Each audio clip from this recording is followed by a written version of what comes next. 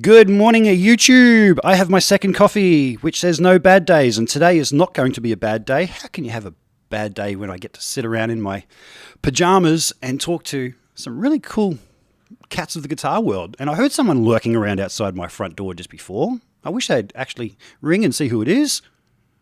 Whoops, that's the wrong button. That joke just went completely nowhere. That's the button I was looking for. Who's at my front door? It is no other than Mr. Tim Pierce. Hey, Tim. Hey. I need a doorbell and I need an audience. Yeah. Yeah. Well, I've got this little controller where I can hit those little buttons. If it makes you feel good, I'll hit the applause button again. Please.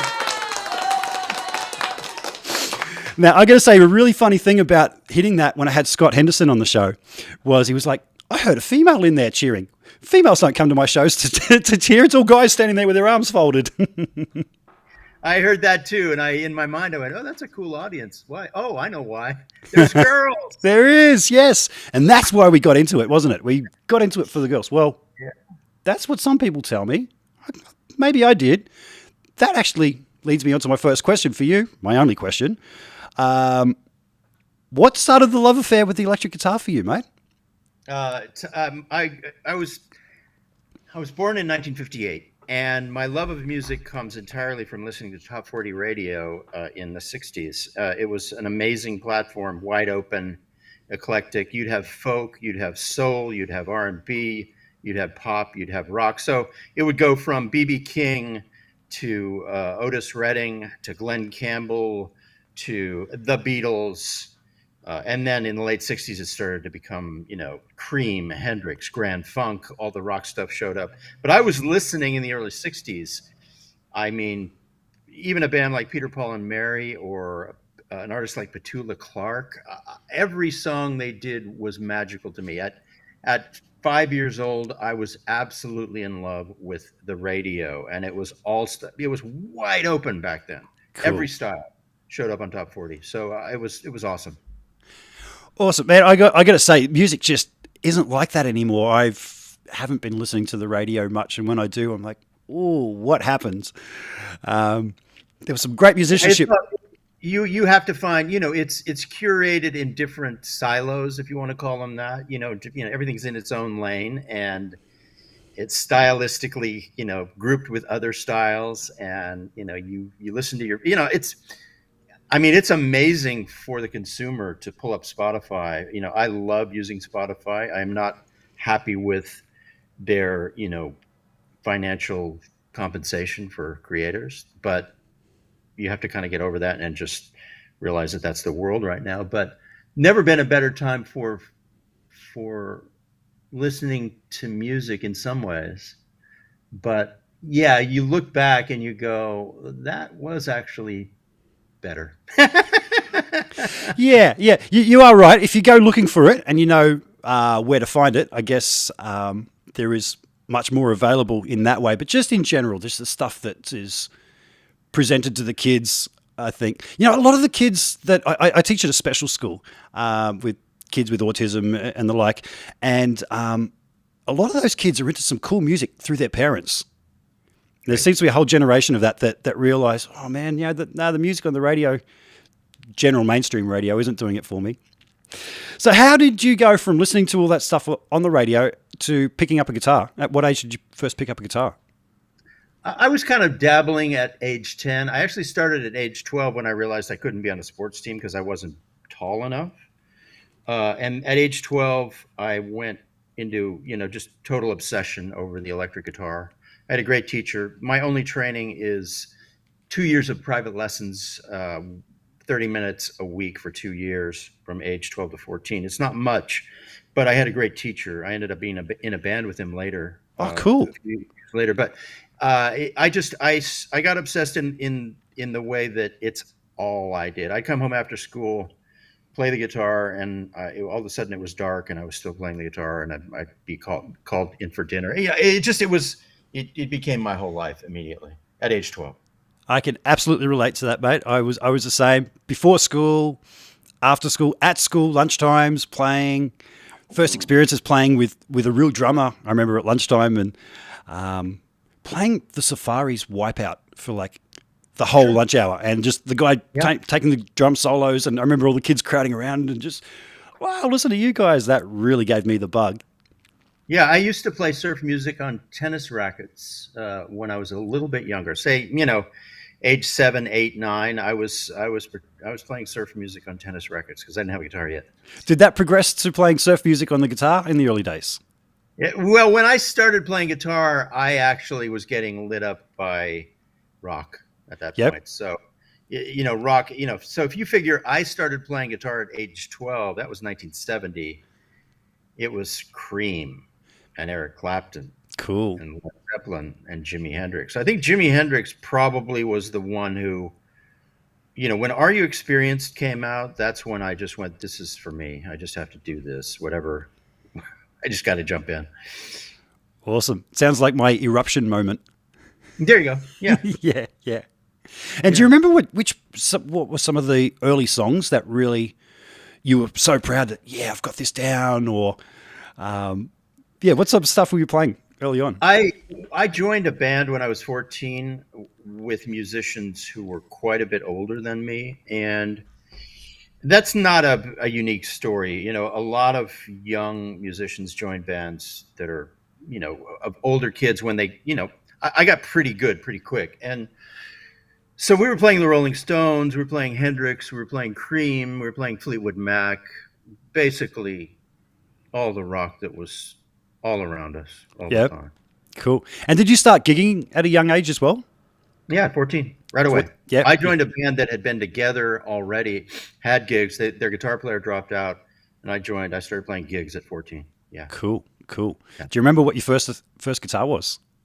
Well, I did. I had a Sears guitar and a Sears amp, but those quickly I realized that they were not the real stuff.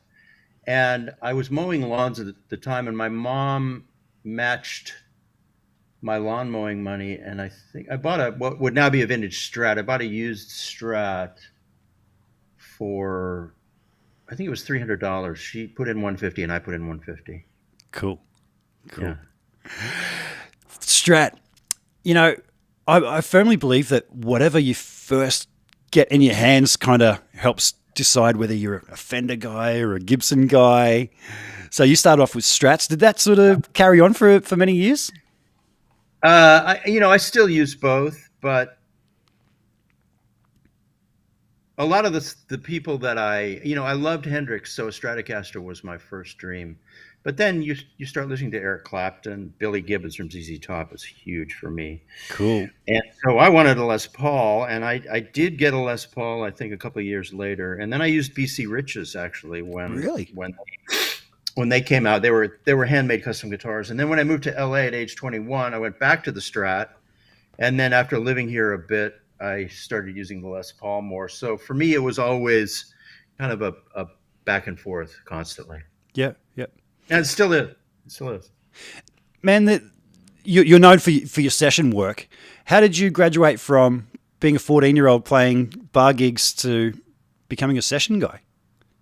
I moved here just cold at the end of 1979, and at that moment, LA was a very, you look back at what LA was in 1980. There was a huge music infrastructure, and tons of people in developments, tons of people doing rehearsals, doing gigs, trying to get record deals, writing songs, doing demos, huge buildings full of publishing companies, huge, there was one street in LA that had 44 recording studios on it alone. Wow. The stretch of Burbank Boulevard, Magnolia Boulevard in Burbank had 44 recording studios on it. So LA was Mecca for music. And when I moved here, you could kind of get in at any level, and you could kind of be any kind of musician. And I met one musician, I got one gig, and it's like a tree. It's a classic thing. Then it's like a family tree. You meet one person, they recommend you for something else. They recommend you for 2 other things, 3 other things. So it starts to spread out and stretch. Yep. And I realized after about 6 months that I was actually breaking even. And not only was I breaking even, but I was able to start buying gear. So LA was an easy place. Of course, it wasn't easy, but in comparison to the way the world is now, it actually was an easy place to land, and an affordable place to land, and a great place to find music work at any level. Nice, nice. I'm in the wrong place. I live in one of the most beautiful places in the world, the Gold Coast, Australia, surfing beaches for miles, all that, but not with a music scene like that, that's for sure. Well, it doesn't exist anymore, and I think you're not in the wrong place anymore because the world has changed. These days, you kind of have to do it yourself, and in some ways, it doesn't matter where you are. Although, if you wanted to do gigs, you could be around more musicians for that. I don't know. It's different now. I don't necessarily recommend that people move to Nashville or LA or New York or London. It's the opportunities are smaller. Like now, it's a more rarefied world. If you're doing sessions now in LA, you're only one of one or two people, and usually that's sight reading and film at this point. The job of session musician doesn't really exist here. It does still exist in Nashville, but the budgets are quite a bit smaller, and the workload is you have to work really fast because the budgets are smaller. It's not quite as fun as it used to be for the people doing it. But back to your comment about not being in the right place, I don't think matters so much anymore. You're right. You're absolutely right. Just with the whole COVID thing going down, I'd started doing a couple of these live chat things just before then. And then when the world went into lockdown, it was just like, wow, let's send out some invitations and see who wants to have a chat. And it was great, and sort of just spawned from there, and get to sit in my lounge room, drinking coffee in my pajamas, and talk to some great guests. So it has changed. Yeah, you do. Yeah, I love your channel. I love what you're doing. Thanks, mate. Thank you. Now, talking about your session playing and moving to LA, what was the first big song that you played on? Well, I had some real success early, and I did a bunch of stuff kind of at the same time. I went to New York to do a John Waite record, and Neil Giraldo produced it, and it was a really great rock record. And Neil Giraldo was one of the most renowned guitar players in the world at that time because of Pat Benatar and the songs they were doing. And that record had a minor hit on it called Change that I'm still really proud of. But while I was there in New York, I met John Bon Jovi, and I did all his demos. And one of those demos became his first hit, which was called Runaway. And so that's probably the biggest song I played on back then, because he had sort of a hit with that. John Waite had sort of a hit with Change. And then I joined Rick Springfield's band, and we did a record right after that. And there were some... I don't know if I played on the single from Rick's first record. I ended up doing 5 records with Rick.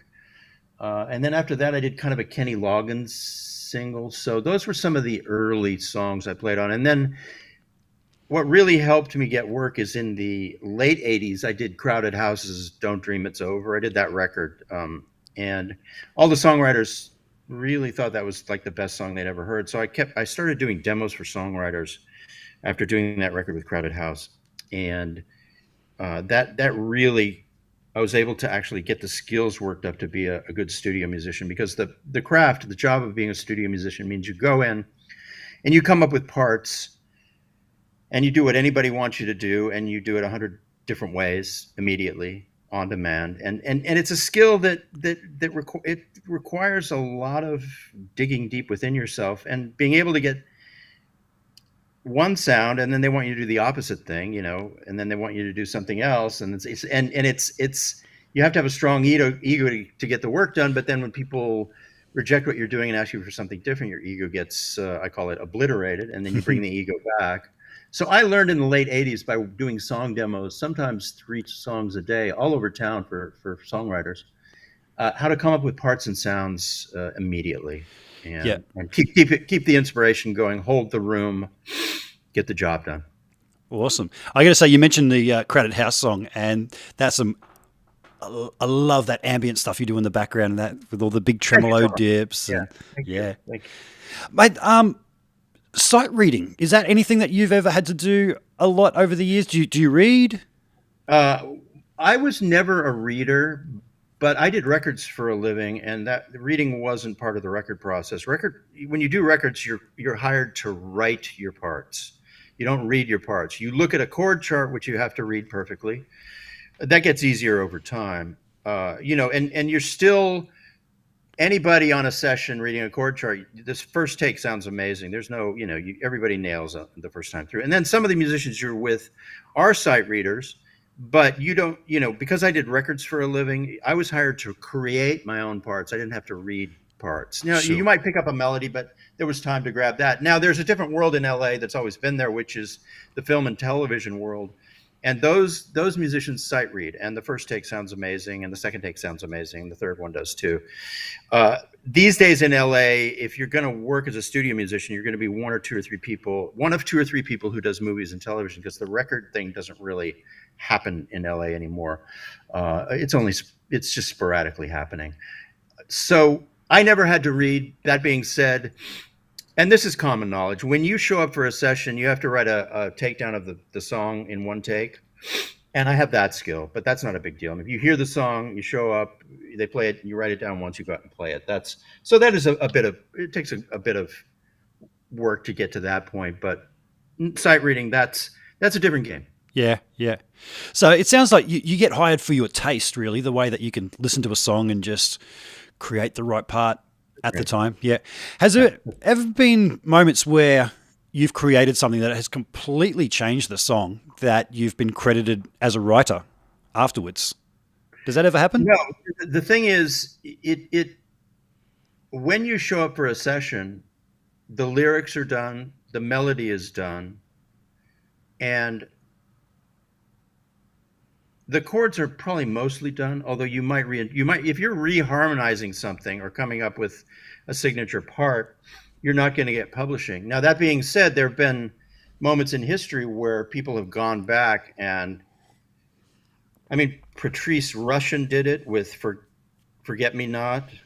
Freddie Washington did it with Patrice Rushen on Forget Me Not. That was one example.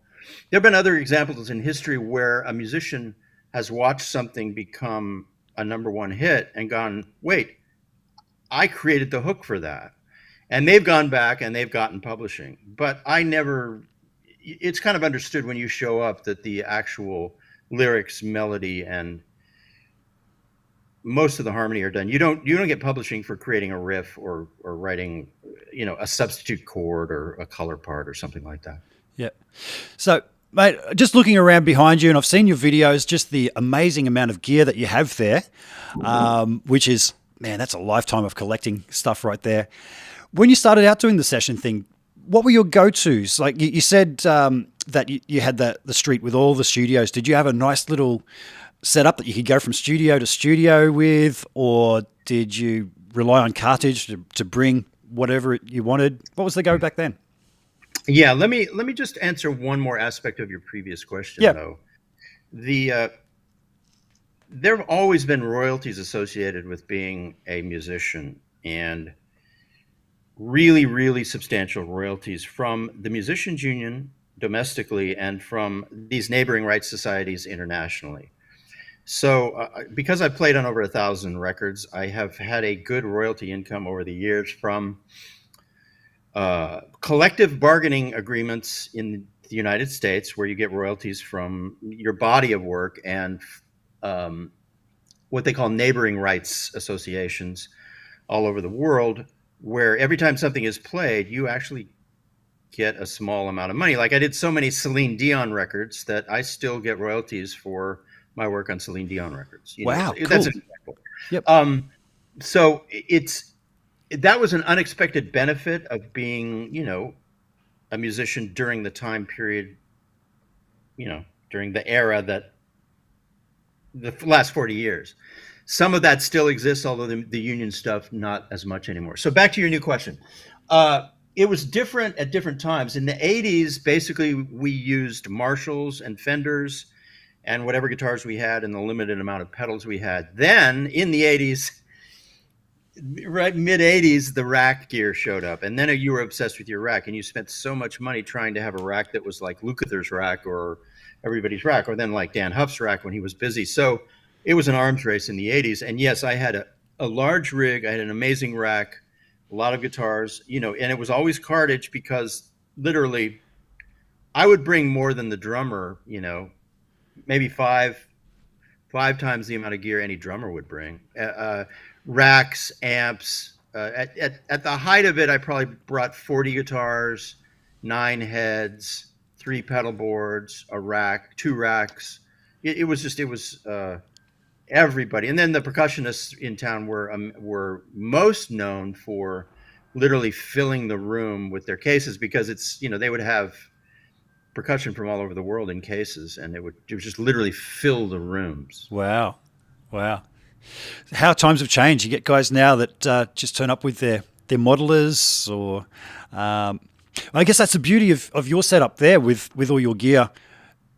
Yeah, It's all there, isn't it? And people can just send you the files and yeah. I prefer to have people interacting with me when I do a session,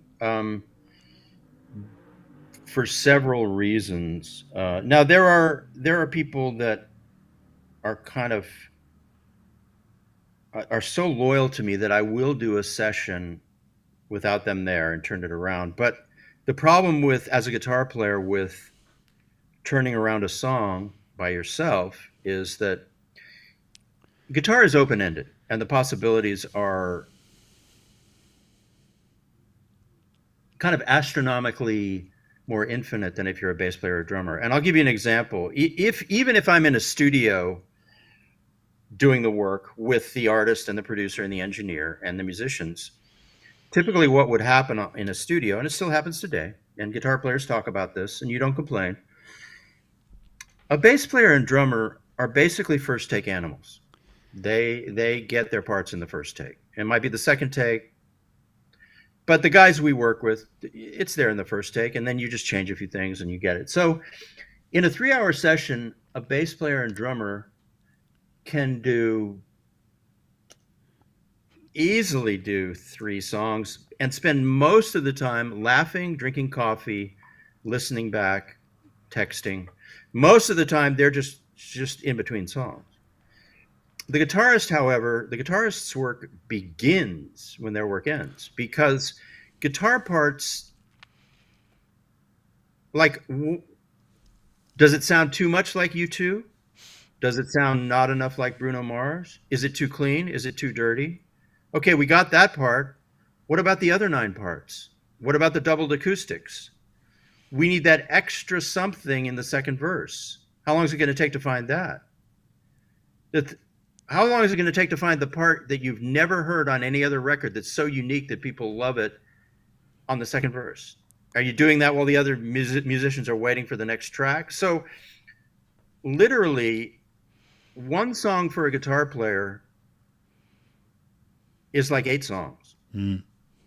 And it's always been that way. Now, if you work by yourself as a guitar player and they send you the track, not only are you playing the parts, you're producing them.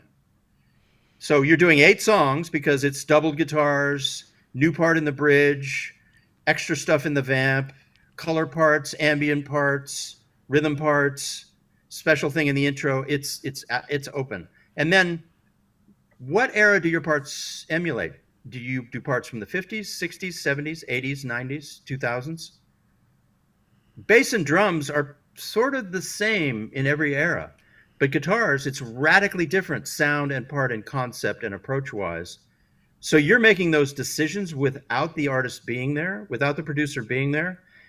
Working by myself never really worked for me, only because I couldn't charge enough to make it worth my while.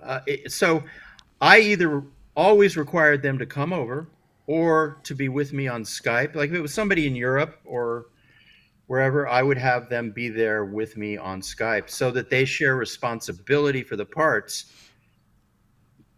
Because if they do share responsibility, you can actually get the work done. You're not spinning your wheels for an hour on something that they're not even going to use. And my time is my most valuable asset. So at a certain point, I just couldn't do that. Yeah, right. Awesome. Have you ever worked on a track and thought that you've completely delivered the perfect parts and you're going, yeah, that's just brought it to a new level, only to have the producer go, oh, no, not really feeling that? Does that happen often? Often it's the job. Yep. Yeah. More than often. Yeah. Yeah. That's why most musicians can't actually do that job. It's too heartbreaking for most musicians to actually play the thing they think is the best thing that for the song in the moment and be told that it's not appropriate and they have to come up with something else immediately. That's Yeah. the job. Yeah. So you touched on ego earlier, and I guess a lot of it is leaving the ego at the door, isn't it? And just going, no, this is No, what this no, guy no, wants. no. What I actually said was your ego has to be super strong to deliver the parts, and then it gets obliterated, and then you have to bring it back 100% immediately when you create the next part. So it's not actually leaving your ego at the door. It's actually having your ego get obliterated and then bringing it back 100% multiple times throughout the day. Yeah. Yeah. And it takes a certain person to be able to do that. I've worked with guys in bands who just won't take constructive criticism at all, Yeah, and you've got to be the absolute opposite of that. yeah, yeah. So, Tim, with the amount of home recording that goes on these days, and then people sending you tracks to play on, and they tweak on it some more, do you have a preferred mix engineer that you tell people, oh, this needs to go to so and so? Is there somebody that you work with Uh, mostly? the thing about mixing, it's kind of a mercurial thing, and it's so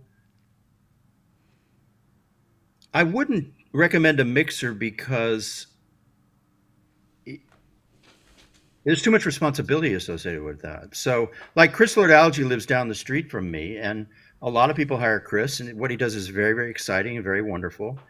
But I don't know if he's going to deliver.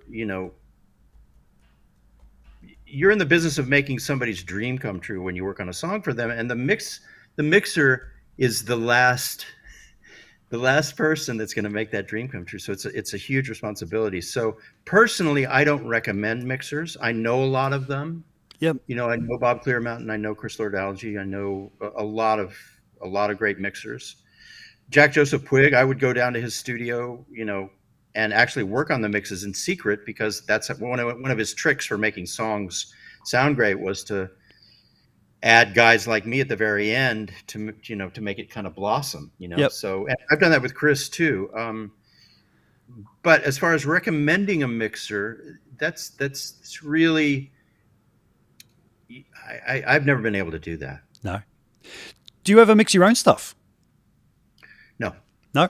Always hand it over. Well, the thing is, I think I need to let you know I'm in a different business now. The thing is, I did session work for 40 years, and I started a web business 12 years ago. So when I make music, I record it and I write it and record it and mix it, but it ends up in my YouTube videos. I open every YouTube video with not everyone, but many of my YouTube videos are opened with something that I wrote, and I mix those myself. Cool. So Cool. I am kind of doing it now. I get to be an artist now. Yep. Yep. So you were very early in adapting to the whole YouTube side of things. What made you get into that?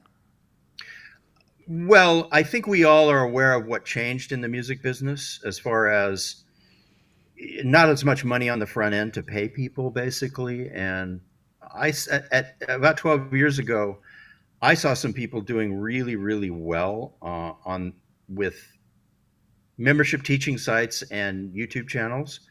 And I got so inspired and so excited by that. I just kind of did a double shift for 10 years and did both the session thing and the online thing. I did that for 10 years, but now it's moved more to the online thing because frankly, it's a product rather than a service. So it earns money without me being there. Cool. And as well as I did as a musician, my best years as a musician have been the last 3 years, and that's the balance has been more the web to session work. Session work for me is either now so you got to remember I did it for 40 years. Not only did I do it for 40 years, I did it 7 days a week. I went 12 years without a vacation doing sessions 7 days a week. So it was I've done over 1,000 records. Wow. I was deep into this thing. But I got used to a certain, we got paid really well. And not only did we get paid really well, but the records we were doing made it out into the world and people heard them. I would do a record and it'd be on the radio charting within months, if not weeks. And so when that started to change and when budgets got smaller, I decided to make the transition. Now, that being said, I did just a few months ago, I did 30 songs with Bob Dylan live off the floor for two different projects. So I still do sessions, but I choose them now. And basically the web business is a better place for me at this point. But you have to remember that's because I did this. I did this for 40 years. Yeah, yeah. Do you ever find yourself out somewhere and there's a radio on in the background, like at a shop or something like that, and you hear some music and you go, I don't remember playing that, but that's me. Does that happen? Yeah, it happened to me the other night at a party. They had a Crowded House album cut. It wasn't "Don't Dream It's Over." It was one of their album cuts. I know it was Something So Strong, which was actually sort of a single for them. Yep. And it popped up, and we were talking, and I was able to actually say, "Yeah, I'm playing on that," and everybody was kind of like, "What?" Yeah, it's been one of the greatest things. You would be at Trader Joe's, which is a big, store, and you'd hear something you played on, or you would be, one of the songs I played on that's one of my favorite things was Iris by the Goo Goo Dolls, and that was on the radio more than any other song the year it came out, and you would hear it everywhere. Mm-hmm. You'd be in the car, you'd hear it everywhere. So that was always one of the most joyful things about being a guitar player, doing sessions. Absolutely, yes. Awesome. And if you've forgotten that that's something that you've played on, what's the giveaway? Is there a touch? Is there a sound that you use? What gives away that it's you? It's, in my particular case, it's some sort of remembrance. Like, why do I know this song so well? It sounds really familiar. You go, oh, that's right. That's that Uncle Cracker song that we did. Yeah, that's it. So in my case, it's not really. It's more, I hear something. Oh, that's Shinedown. Oh, that's that Shinedown record. Oh, that's Rod Stewart. That's Broken Arrow. Oh, yeah, that's the. So it's more a something triggers in my memory. Like, I know this song. Why do I know this song? Oh, I'm playing on it. Yeah, it's awesome. Sure. It's really awesome. And have you ever played on songs that haven't had the vocals put on there yet, so you don't know what's going down, and then you hear it afterwards and go, "Oh, is that how it goes? I didn't picture the vocals being like that," or are they always done? Yeah. No, it's always been both. I mean, there's percentage wise, probably 40% of the stuff you play on might not have vocals. It's better if it does because you need to shape your parts around it. But sure, it doesn't really. You generally would know just because you knew the artist. Like, so if I was working on a Ricky Martin song, or whatever, or a Miley Cyrus song, I was very aware when the record came out to listen for, I knew that I was on those tracks, whether the vocal was on there or not. Yep. Awesome. Tim, I've got a couple of questions in the chat that I'm going to get to. So if anybody's watching live and they want to ask some questions, please do that now. But before I do that, I had something in my head and then I just distracted myself. Well, you'll get it back. Yeah, the joy of having ADHD. I'm easily distracted. Yeah, the lockdown has made us all that way. Absolutely. It has. Mate, when it comes to gear and now there's all the modelers, etc. You've got some great pieces of gear there. You're hearing a difference between somebody who does a whole record using a modeler and somebody who actually uses the real deal? They still haven't gotten them to the place where the actual sound of an amplifier hitting a speaker, hitting a microphone, hitting a mic pre, and then coming back in still has a complexity to it. The thing about distortion on guitar, particularly in the top end, it's so complex and so sophisticated that they're getting better at modeling it and simulating it, but it still sounds different. And I have a vault downstairs with 5 412 cabinets and a Vox 212 cabinet. So my sounds downstairs are jet engine loud through these amps and all through microphones, through mic pre's, mostly Neve clones. And yes, there is still a difference. That being said, I am a super fan of technology. And I'm particularly enamored with Fractal, the XFX3, the FM3, and now the new FM9. And I actually just started a course today on the FM3 because I love, as much as I love real sounds, I love artificial sounds. It's just different. I mean, and I've even had people. I had a producer friend, Matt Zerletic. He produced, all the Rob Thomas stuff, the Santana stuff, Matchbox 20, all this stuff. He came here to the house. The last time he came here, we were doing a Cher song, and it wasn't that long ago. It was maybe a couple of years ago. And with all this stuff sitting here, he made me use my Kemper Profiler because to him, now that's what sounds modern. Yeah, And I right. have no problem with that because it's artificial. It sounds modern. I have no problem with that whatsoever. None. I love the palette change of hearing a direct in your face artificial guitar sound. So Mm. I'm a fan. And these things every year they get better. I'm a super fan of the technology and the world that involves none of this. Yeah. Absolutely. Yeah, it's getting close. It's getting close. But you're right. The complexity of the top end. The other thing is dynamics is the thing I hear when I'm palm muting and sort of trying to get Yeah. that gugunk, gugunk. Yeah. An amp with big transformers just has this thing where the sound pops forward. It doesn't get sucked in. And when I'm listening for those kinds of little things when using various modelers, I'm going, "Ooh, it doesn't have that thing." But Right. I'm noticing it. Nobody else will probably notice it. And that kind of leads on. Michael Dolce is watching, who's the guitarist on The Voice Australia. Fantastic, Awesome. Nice to fantastic meet you. guitar player. And he says that Guitarland is one of the best albums he owns, and it taught me a lot about placement and layering. So there's a bit of a nice compliment from Michael. Thank you so much. I can only imagine how great you are, and I know the workload of the band that does the voice here. Occasionally, I do some recording for the voice when the band is sleeping and they have a deadline. It's crazy how hard these guys work. So I can only imagine how hard you work and how quickly you have to. It's amazing. That's the kind of musician I'm talking about. You got to learn stuff really quickly and nail Yeah, it. And yeah. so nice to meet you, and I'm sure you're a great guitar player. I actually did a live chat with Michael not that long ago, and he was saying exactly that, just having to produce the goods there and then. His next question, I think you've just covered with, do you ever lean towards digital amps for any tones? We all know you have a plethora of amps in your studio to satisfy the taste buds. I think you just answered that. Oh man, it's so amazing, especially for clean stuff. Like if I want to get an '80s clean sound, I'll put up my Axe-Fx 3 and I'm in heaven.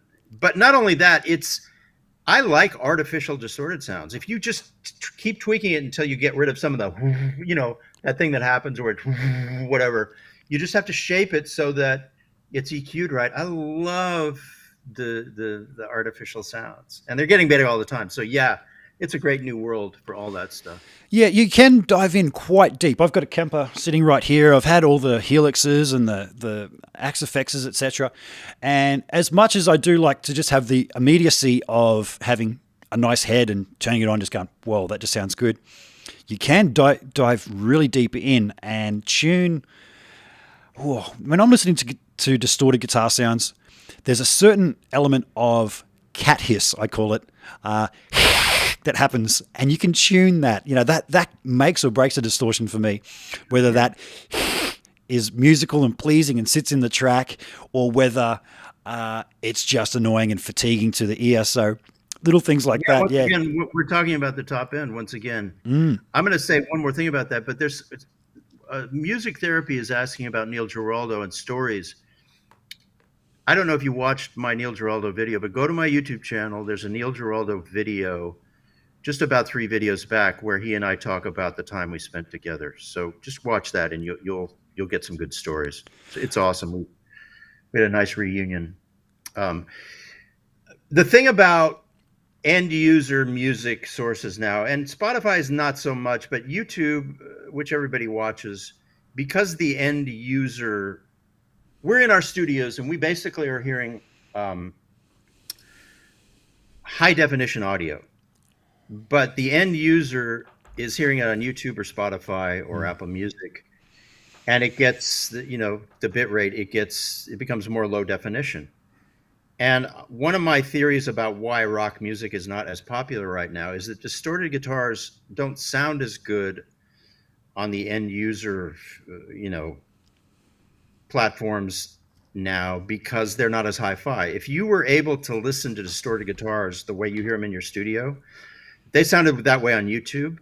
there would be a musicality to it. But what happens is, particularly distorted guitar on YouTube, it gets pixelated, and it probably does on Spotify too. It probably does on.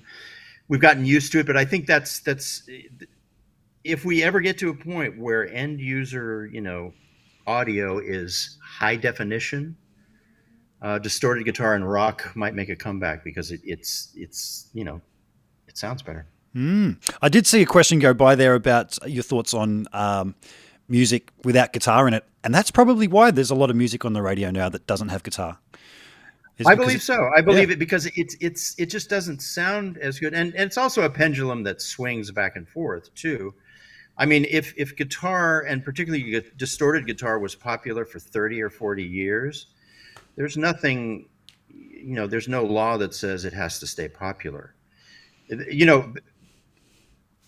But I think part of the reason people don't gravitate towards it is that it's exactly what you were just talking about. It can become less pleasing, and especially on these low definition platforms. So yes. Absolutely. Now, just talking about guitar sounds, I know there's a new generation of groups like, what are those guys called? Greta Von Fleet, is it? Yeah, of course. Yeah. And they're sort of tipping the hat towards the 70s style of guitar playing. And I quite often, I said about the radio being terrible now. That's commercial radio. I do listen to a rock station locally, and I quite often find myself Shazamming things and going, that's interesting. What's that? And I've been rediscovering a lot of the classic stuff so I was born in 73, so I wasn't old enough to appreciate all the Led Zeppelin and the Deep Purples, but a lot of friends of mine who had older brothers too. And I find myself every now and then going, this is great. What is this? Shazam. Oh, this is Led Zeppelin. That's great. So it's good to see some young guys out there rocking that are flying that flag again.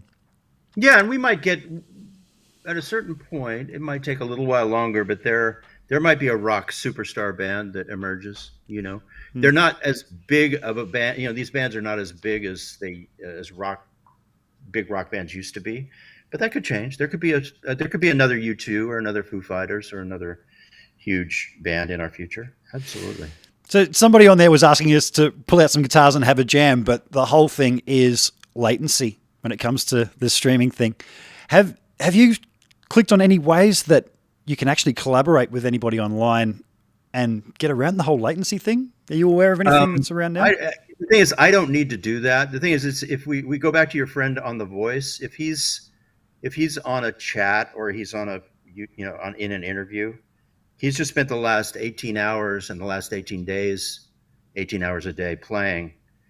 So there's no reason for me to do it. Yeah, exactly. That's what you got to realize, that if you're doing this, if you're living and breathing this for your whole life, why would you collaborate? In that case, I would just have you, if you wanted me to collaborate with you, I'd just have you send me the file and I would do it tomorrow morning in my pajamas. So, Yep. Because you can. I think, you probably could do it if you wanted to. All it would take is for everybody. Well, I don't know. Yeah. It's not, not something. Yeah, I was just interested whether you knew of some technologies, because that is something that comes up quite a lot. People going, you should do live jam. And I think I've seen Herman Lee actually doing some live streaming where he's jamming with people. And it's just like, how's he doing that? And not having the latency just throw everybody out. Maybe I should shoot him an email and ask him. Well, it's funny because if you're playing, I was going to say if everybody was 3 seconds late and that was all synced. That's how I do have friends who actually do sessions that way. But the people in the other studio, they're getting it 3 seconds late, but it doesn't bother the musician because they have the session in front of them on their hard drive. So it doesn't matter that the clients are hearing it late. But as far as musicians playing together, that's a hard one, because how would you get the other guy moved forward? Because you're still going to be in real time.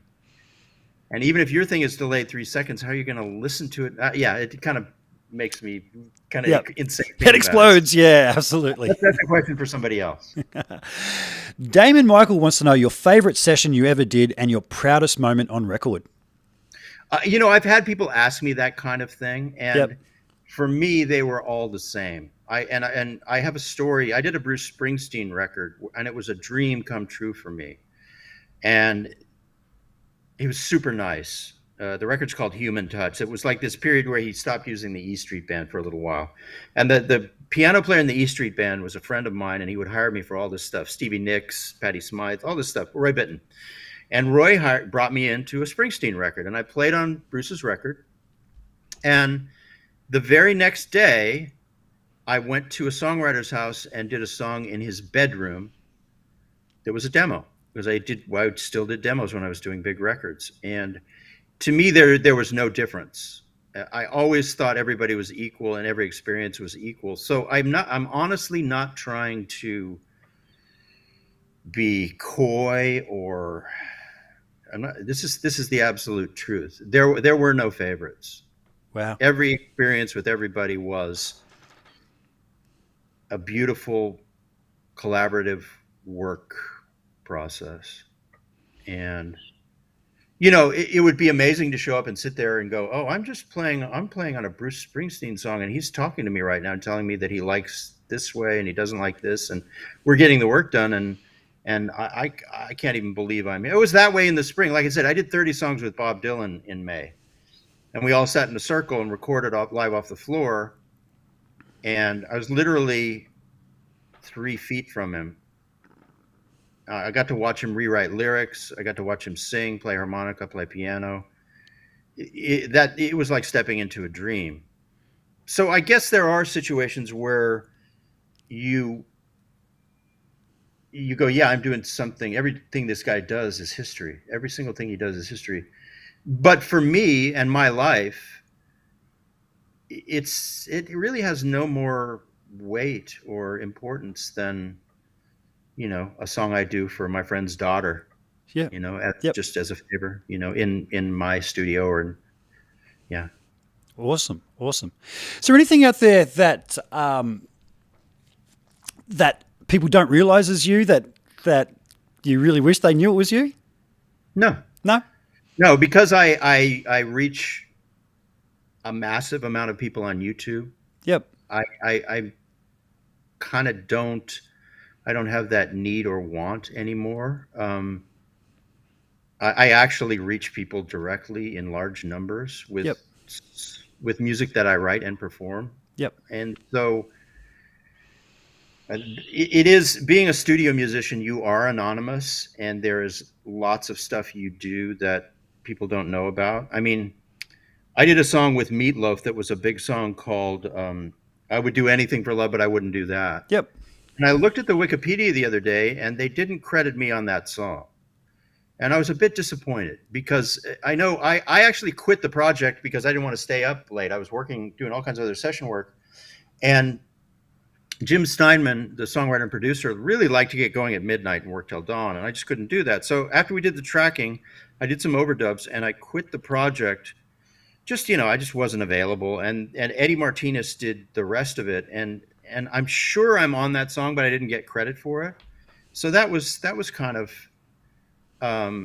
disappointing to see. This was just a week ago. Oh, wow. And then there were the thing is, as a studio musician, you get very accustomed to that. But in the era that we were all really busy doing this, people would read the credits. Now, when CDs showed up, the credits became infinitesimally small, and you couldn't read them. And that was a disappointment for musicians also.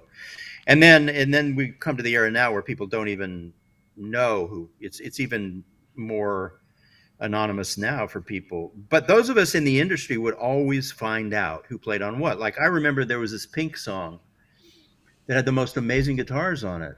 And I didn't stop till I found out who played the guitars on this Pink song. Yep. And it was my friend Kevin Dukes. Cool. And a guy I've known forever. So I accepted that as part of the job. If you're a studio musician, they're not going to know who you are. Mm-hmm. But the thing is, when the industry was a much more social industry and people were bumping into each other at studios all the time, you would literally go on your own campaign and tell people, I played on that, I played on that. And they would tell people. So the word got out in the industry when you played on something. Hmm. And that's how we solved that problem, all of us who were playing on stuff. Yep. But you're dead right. When I was a kid, you'd buy the vinyl and you'd sit there and you'd be going through all the credits. And I knew the names of all these studio musicians. And now, like you say, you hear something on the radio and you think, man, that's really cool. Who is that? And it's really hard to find out who it is. And there's probably some great guys who could be getting a lot more recognition. When I had Lee Sklar on a few months ago, he said when he first played on a James Taylor record that his name was on the record, and that's when the phone started ringing. People would look at it and go, "Oh, Leland Sklar." Who's this? But here in LA, word would spread, because the people, we were celebrated as musicians, and the word would spread. Everybody wanted to know who played what parts on what record, and in the industry, everybody knew. So you didn't even really need that. You just needed people were talking all the time, and musicians were doing stuff. Lee is coming over tomorrow to do a bass part that I'm playing on. It's just convenient. I'm going to play guitar in a session tomorrow. It's actually for a Major League Baseball player, and Lee is going to come and do his bass part here tomorrow. Cool. There you go. Yeah. There you go. Small world. Well, I guess LA is known for that, isn't it? That's where you are, LA, yeah? Yeah. Yep. Yeah. When you were doing a lot more work in the studios, was there a favorite studio that you'd go, oh yes, I'm off to? Absolutely. Yeah. Absolutely. Yeah. This, I've kind of bent the answers to your questions on a lot of these. I hope I'm not disappointing you. No, you're right. Not at all. Not at all. Answer, yes. Sunset Sound, absolutely, hands down, Sunset Sound. Really? And why is that? Well, it's an old building with a huge parking lot, and you pull up right to the door, and the guy who ran the place forever, he actually passed away. The guy who ran the front desk forever was a guy we all knew. It was just like, it was just not pretentious, and yet you'd walk in and they had done Led Zeppelin and The Doors and Prince. The records on the wall were jaw-dropping. You'll see on the internet footage of people, filming. I've even filmed all the records on the wall. Van Halen, Led Zeppelin, Prince. It's endless. And all the rooms are great, and they're funky old rooms, and the staff is amazing, and the headphones sound great. And you have direct access to your car in the parking lot, a huge parking lot. And the common area outdoors is wonderful. It's not pretentious at all, and yet it's, home to the best records ever made. Now, there are other studios like that, too. There's a place called Conway that has a big garden and 3 rooms surround a garden, and that's great, the outdoor areas. Capitol is great in the basement, but you're kind of locked in, and you have the security of a corporation surrounding you. And then you have Henson, which is great. It's the Jim Henson Company. They have 4 rooms. That's where The Voice does all their work, but it's a bit of a cave and dark. It was just always nice to be in studios for me where you could walk out into the sunshine easily. Mm-hmm. And not only did Sunset Sound have these great old consoles and great vibe, and then the thing is, a place like Sunset Sound, there's 3 rooms, so you're going to walk outside and see, oh, there's John Bryan. Oh, there's Abe Laborde. Oh, there's Lee Sklar. Oh, it's crazy. That was always kind of the great thing about these multiple rooms in studios. It's like, you'd walk past. I was working at Ocean Way, and there's Mick Jagger. Hey, how are you? Wow. Like it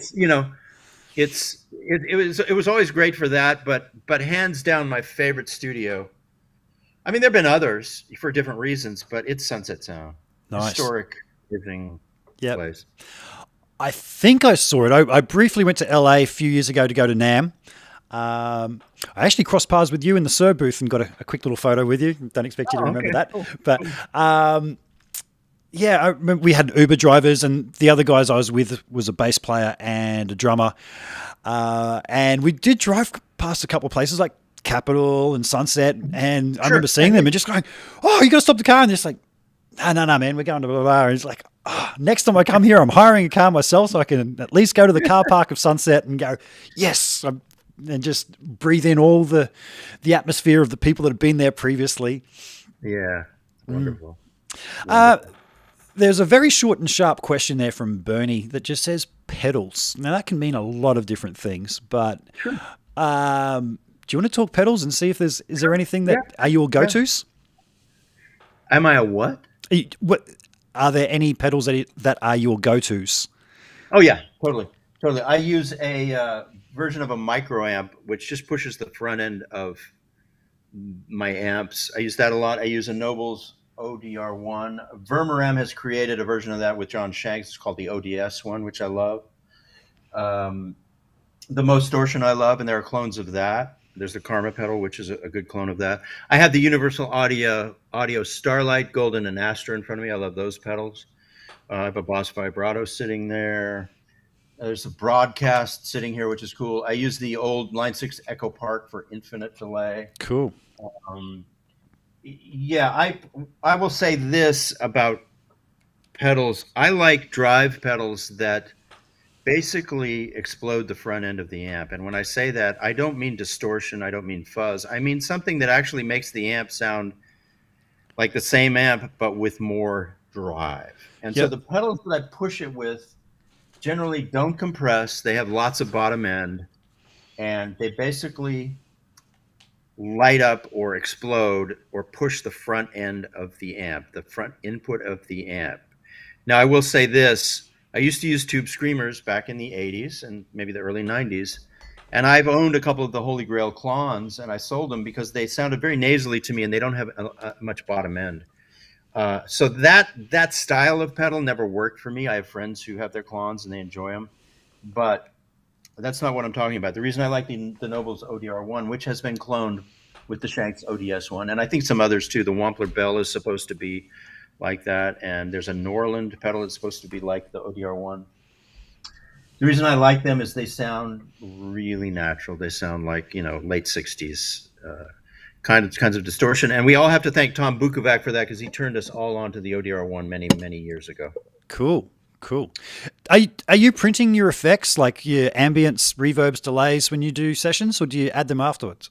Yes and no. When I work at home in Pro Tools, I like to use Echo Boy for delay because there's nothing worse than printing delay and then regretting it. Mm-hmm.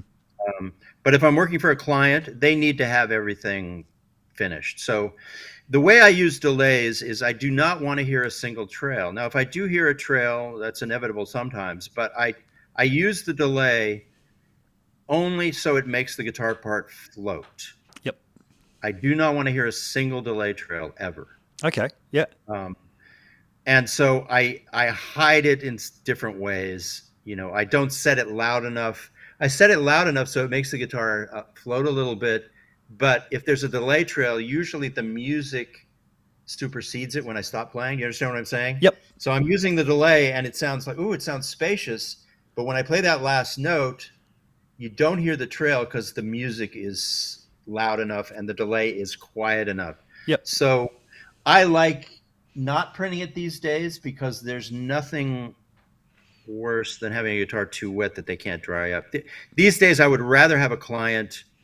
Most people have the same plugins. Most people have Echo Boy. So, and then to make it even more accurate, I will put delays on rhythm parts because that's part of the sound. That's part of the package. Yep. But on a solo, I like delay to be in virtual so that it can be negotiated later. Awesome. And I guess for somebody who doesn't know what you're talking about, I guess that would be a case of turning up the delay to the point where you can hear it and then just backing it off a dB or two so that you can no longer hear it. But if you were to turn it off, you go, oh, what changed? Right. Yeah, it really makes the guitar kind of float. Yep. And sound spacious. Yep. And my delay trails, here's the other trick. The delay has to have modulation on it. It has to be darkened. So this is the secret to doing what I'm talking about. The reason the delays disappear in the track after I stop playing is because they have very little top end. They're darkened. Mm-hmm. They're also modulated, so it creates a kind of chorusing that doesn't sound like chorusing. Yep. It makes the guitar thick and wide and fat, and there is a pitch modulation in there, but it's separate from the original sound. It's coming from the chorus is on the delay only, the modulation. Everybody does this, so there's nothing unique about it. Yep. That's why you don't hear the delay, because the top end has been rolled off. Yep. Do you roll the top end off yourself in a mix, or do you use pedals that naturally have that, like an analog style delay? Well, the delay has to have a tone control on it, and most analog delay pedals, a lot of them don't. You have to be able to. It's a high cut, Yep. and it has to have modulation too. And a lot of pedals don't. A lot of delay pedals don't have that. Now, some analog pedals, the delay trail is dark just by design. Yep. But I do it on the actual pedal. It has to be a pedal that, like this Starlight Echo Station, has all that. It has, you can roll off the top end and you can turn up the modulation. So they know, these guys know that now. They know what everybody likes the same thing. I'm not unique in this. Yeah. Yep. Yeah. I got to say, I've got some multi effects units. I've got some analog pedals, all the usual stuff. That's the one thing I've got. What is it? MXR carbon copy, and I just cannot for the life of me get any of my digital units to recreate that sound.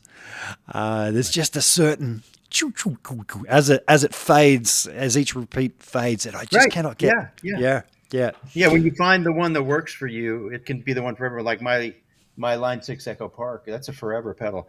The thing I have to say about gear and pedals is there are things that you will find as a musician that will work for the rest of your life, and that will never be surpassed. It might be a certain amp or a certain pedal or a certain guitar. And it's a mistake to think that, oh, the next thing's going to be better, because there are pieces of gear that you will find in your life that will never be surpassed. Yep. Awesome. And what is that for you? Well, it's some of the pedals I'm talking about, like the ODR1 or any clone of that by Nobles. My Divided by 13 amp has been that way. Before that, it was a Naylor SuperDrive 60. There's certain things, like I have this Park 85-100 here. These UA pedals could be that. Certainly there will be nothing that ever surpasses a Digitech Whammy for that sound. Yeah. There'll be nothing that ever surpasses this big Electro-Harmonix synth pedal that sits there. There won't be anything that surpasses my Russian Big Muff that's sitting there. I've got one of those sitting right up here, mate, and I picked it up for free recently. Somebody, a friend of mine, buys storage containers not knowing what's in them. And I was at his place. He's gone, go for a walk in there and see if there's anything that you want. And he had all these old pedals and things. And I got the big green Russian Big Muff pedal. Oh, man, it's like a tank. I love it. Love it. Sounds amazing. Another one is the Boss Vibrato, the VB2. I have real VB2s. I have two of them. But the Wazacraft one that they reissued, I'm sure, is better. Yep. So it's not. It's like a Boss VB2 that's, the new version. That's what I'm talking about. That will never be surpassed by anything else. Yep. That vibrato sound is just it's amazing. Yeah, right. Mate, you've got so many cool amps there. If you had to go do a session and just use one out of everything you've got there, what's the one? I have three of the same Divided by 13. There's one on the floor right here. So I have three, because when I was more active doing sessions, I would have one at Cartage, one in the garage for the trunk of my car, and one here at the studio. So I had to have three of them. I still have three of them. I put a Divided by 13 in my car. It's the RSA 23, and I take a cabinet with it. That's the amp that I take to sessions when I'm just taking one amp. And then I take my pedal board and whatever guitars I decide to take. The Divided by 13 RSA 23 was designed by Frederick and Rusty Anderson. And it's my favorite Divided by 13. I've tried other ones, but that's a lifetime amp. And that's the one that I can trust to take to sessions that's going to sound.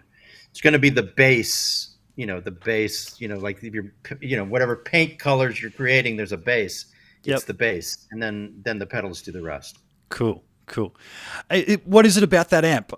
Is there a unique breakup about the distortion or anything like that just can't be replicated? Or it sounds warm and sweet and open. It's not compressed. It distorts in a musical way, and it's warm. Yeah, I'm gonna say it's warm and musical. The drive, it doesn't get that distorted, but the basic drive is warm and musical. It can sound Voxy, it can sound Fendery, and then if you wanted to sound Marshally, you just You just turn on a pedal. Awesome. Now, somebody has just asked about strings, and I'll go a little bit further than that. Do you use different gauge strings for different sounds? Same with picks. I've heard some guys say that, for this part, I'll use a lighter pick because it needed this kind of thing. Yeah, does that apply to you? Totally. 10 through 46 is a very stable gauge for doing rhythm, and everything holds together and rings nicely. 9 through 42 is better for soloing and getting around the neck fast as you can. I use elixirs because my hands sweat a lot, and it was kind of life-changing for me. That's another piece of gear that hasn't been surpassed yet. I'm thinking Diodario will come up with a coated electric string any minute now that I'll be able to use, but the actual coating is so smooth on the elixirs.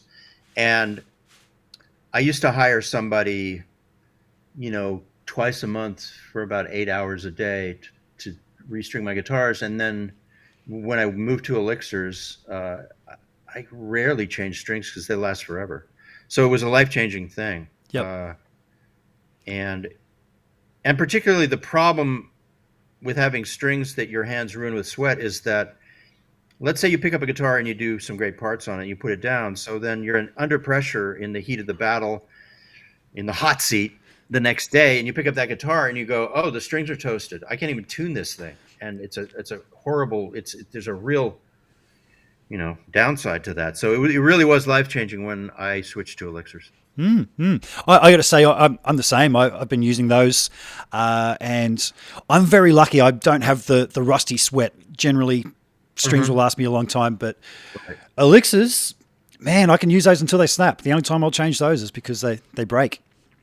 Yeah, I love them. Yeah, absolutely.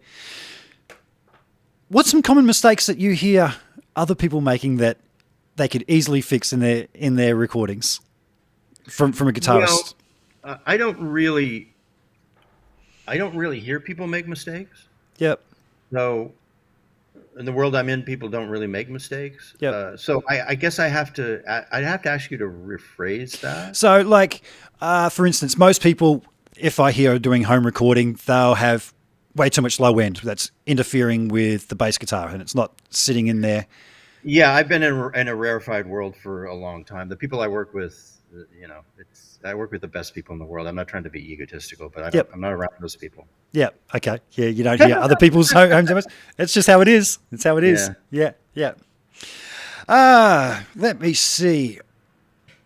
If anybody has any other questions there for Tim, I did say I would keep this under 90 minutes for him, and the time is ticking away. So now's your chance to get in any last questions. But I wanted to ask you about, you mentioned the masterclasses that you're doing. That's on your website or on your YouTube page. How do people find those? The way it works is if you Google me, you find everything. Yep. So it's simple. But the YouTube channel is entertainment and just goodwill and knowledge transfer and fun. Yep. But that's what brings people to the masterclass. And there's a link below every YouTube video. If you want to check out the masterclass, there's a 14-day free trial. And just guitar education. It's over 120 hours of lessons and tutorials and content. It's probably about 130 hours now because I keep adding to it. So I've got like 1,700 videos on it. You can't find the edges of it. It's huge. Wow. I've been, I started 12 years ago and I've been building it ever since. So that's the monetized side. And I have about 3,000 members now, and it keeps growing every month. And the idea is that people come and they stay in, it's a membership that they stay in. And as I told you, I have 4 employees. I have 1 full-time film editor.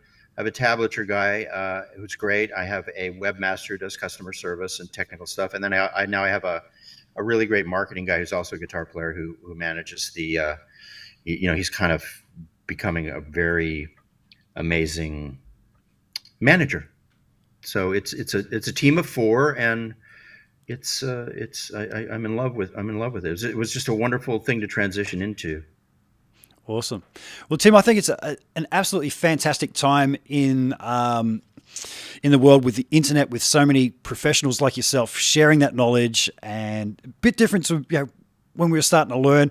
You're saying back when you were a kid, you're hearing all that stuff on the radio. Now you've actually got those people producing those hits, sharing the knowledge, and it's fantastic. And I want to say thank you for sharing your knowledge, because it's priceless. It's a lifetime's worth of knowledge that people can click on and learn from your life, basically. Thank you very much. I will address your previous question because I realize there, since I do interact with guitar players who are working on getting better. The thing that I can say about playing an instrument is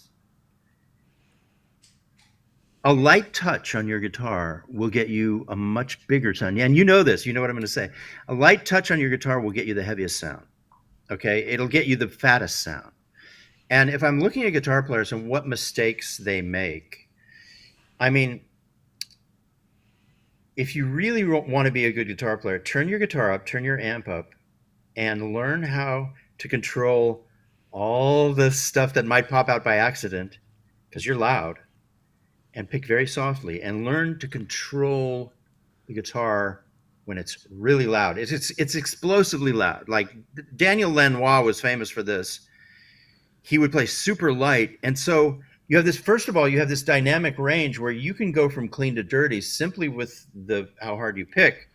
That involves setting the amp properly and having the amp, and a kind of amp that opens and doesn't compress too much, is not too distorted. But if you're asking what mistakes guitar players make, they might have an amp that's too distorted or too compressed, and they pick too hard, or they don't realize that all these different levels of pick velocity will shape your style and make you connect with. You won't sound like a student; you'll sound like a performer if you use your pick velocity to go from clean to dirty. And that's something some guitar players just miss out on. There are other things like if your vibrato is nervous, that's an easy thing to stop. Just slow it down. Yeah. Vibrato from the wrist rather than the fingers. That's another thing. Another thing is to make sure that you can connect notes as close together as possible, and chords. So, I mean, I'm talking about if you're going from F to C to D to A, simple chords, there's going to be a gap in between those chords. The great guitar players, they move from chord to chord with no gap. James Taylor is brilliant at this. I'm not so great at it. I've just been able to, get through with there are gaps between my chords that are bigger than I'd like. Some people, like the great guitar players, they move from one chord to another and there's no space in between. Yeah, it's right. Things like that some guitar players miss. And then when you were talking about a mix, I mean, certainly these days, cleaner sounds are more fashionable, and cleaner sounds, I think, will stand the test of time better. Yep. Now, if you're a musician who, you really like to make distorted music, go ahead. I mean, that's not what I'm talking about, but I'm talking about if you're playing on pop music where a singer is singing and it's a song, cleaner sounds will, you're less likely to a week later to go, oh, that sounds a little too distorted. Anyway, Yep. Just wanted to go back to your other question. Sure. That's probably my tip to a lot of guys is you're using too much distortion. Truly. And it happens to me. I do it all the time. I mean, because it just sounds so good. It's like, oh, that sounds drive on it. I'm doing my thing. And then you realize, wait a second, it should be cleaner. Oh, I just did all that work and I need to redo it. It needs to be cleaner. Yeah, So, yeah. I'm more guilty of it than anybody on the planet. Yeah, definitely. I was watching some Alice in Chains live on YouTube recently, and it really struck me how not distorted Jerry Cantrell's sound was. It's distorted, but he's playing. It's not overly saturated. And I have come across guys who are more bedroom players who just use way too much distortion. They've got all these gates going to try and stop it squealing. It's like, dude, just back your gain off. You're going to hear a lot more of what you're playing. Well, aesthetically, so we did find something. That is probably the biggest mistake, is that the distortion that I grew up on was pretty natural amp distortion. And if you listen to Black Sabbath at this point, it almost sounds like a jazz trio. It's so kind and warm, the distortion on a Black Sabbath guitar sound. And then you keep taking that, and a lot of and you're absolutely right about Alice in Chains, but that's being smart. They're smart. Their producers are smart. It's being smart. They know that with distortion, there's a point where you go too far, and that's the trickiest thing in the world. To get it to the point where it's got the size, it sounds huge. I mean, Angus Young, AC/DC, it's a perfect example. Yeah, it's not that distorted. Yeah, you don't go past the sweet spot, and so you brought me to the answer to your question, and that's really it. So I thank you for that. And I still go through it. I'm still going, okay, that will actually sound bigger and more powerful if it's not quite as distorted. Yeah. Yeah. Tim, what don't you like about your own playing? I got to say, I'm so bored of my own playing, and if I hear somebody that plays different styles, it pricks my ears up, and I just go, yeah, that's cool. If I hear other guys that play very similar to me, I just go, yawn. Is there anything about your own playing that you don't like? Well, I will say this: I'm a very limited musician, and I wish that I could use my fingers better. Yep. I would love to do fingerstyle stuff better. I wish I was more versatile. I wish, I'm actually a pretty limited musician. But if you're allowed to actually be an artist, those limitations actually end up defining your style. Yeah. Now, I did a video recently where it's called I Played It 200 Times, and it's on my channel. You can see it. I was working up a solo for a YouTube performance, and I did over the course of a few nights, like 30 times a night for a few nights in a row. I kept trying it, and it took me about 200 goes to get it where I liked it. Yep. To where it was like, there it is. I did it. Great, I did it. Finally did it. And it was a matter of. So now I'm getting to the heart of your question again. It's good. These are good questions. I will play very comfortably the biggest, longest run-on sentence you've ever heard. Now, every guitar player is guilty of this, but and it's so easy for me to. It's like I'm and you're thinking, oh yeah, this is really cool. I'm going here, I'm going there, I'm going like that, and it's not. It's just a run-on sentence. It's much harder to make conversational statements, leave spaces, sometimes fast, sometimes slow, so yeah. That run-on sentence, that's probably one of the things I dislike about my playing. Absolutely. Yeah, because it is easy, isn't it, to fall back on rehearsed things? Well, it's not that they're rehearsed, but they're so, like, you can turn your mind off and just connect all of this stuff. I guess you've done it a million times before, so maybe rehearsed is the right word, or maybe that's you've even triggered more truth by saying rehearsed. But even when I'm improvising, this run-on sentence is probably stuff that I've just done a million times. Yeah. The big thing for helping me break out of that stuff is now I always get confused whether it was a Larry Carlton or Robin Ford video that I saw over on TrueFire about motifs and using motifs in your soloing. And I can remember playing a gig with a friend of mine who I've been playing with in band since I was 14 years old. He's heard me play every trick I know. And I just seen this video. And I thought, I'm going to use this idea of motifs. And I started doing it, come up with, heard somebody play something. I went, okay, I'm going to run with that and make some melodies out of that. And my friend, who was a bass player, just stopped after a while and threw his hands in the air and just went, oh, fuck, how good, how nice was that? And there's been a couple of times I've played with other guys, and as soon as I do it, it really pricks people's ears, and they go, I don't know whatever that is, that's great. So that's a little thing I use now and then, so I don't just fall into the land of playing endless runs, like you say. That's great. I endeavor to do the same thing, and that's a really great way of. That's a beautiful word, and I will take your advice too. Yes, and I can stay till about 6:45. So if you want to go a little longer, I'm really enjoying this. You're Oh, you're cool. actually great. You're really great at this. It's no wonder people show up for your podcast. Oh, It's thanks, Tim. Not great. many people know about it yet. I think it's just okay. If I reach out directly to an artist, it's usually, yeah, I checked out your stuff. I'll come on.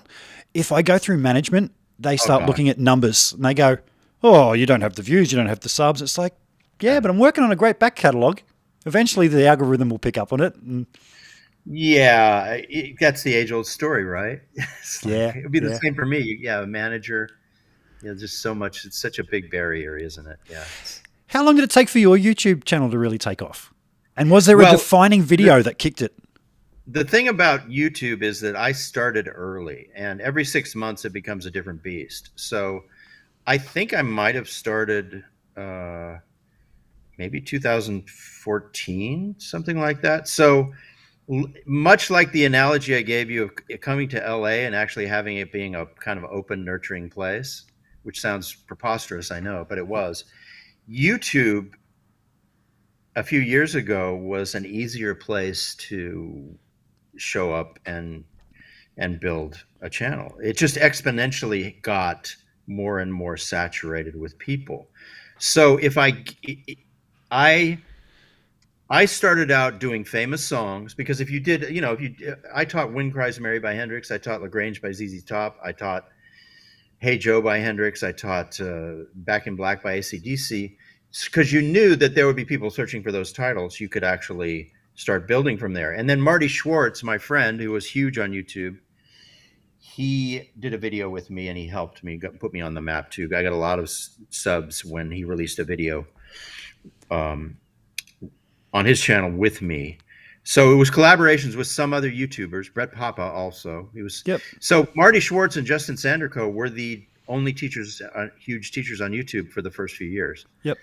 And then it all and then when the pandemic happened, every musician in the world put all their ambitions into YouTube, and it got even more saturated. So the advice I would give today about starting on YouTube probably wouldn't apply, just because an easier place to get in.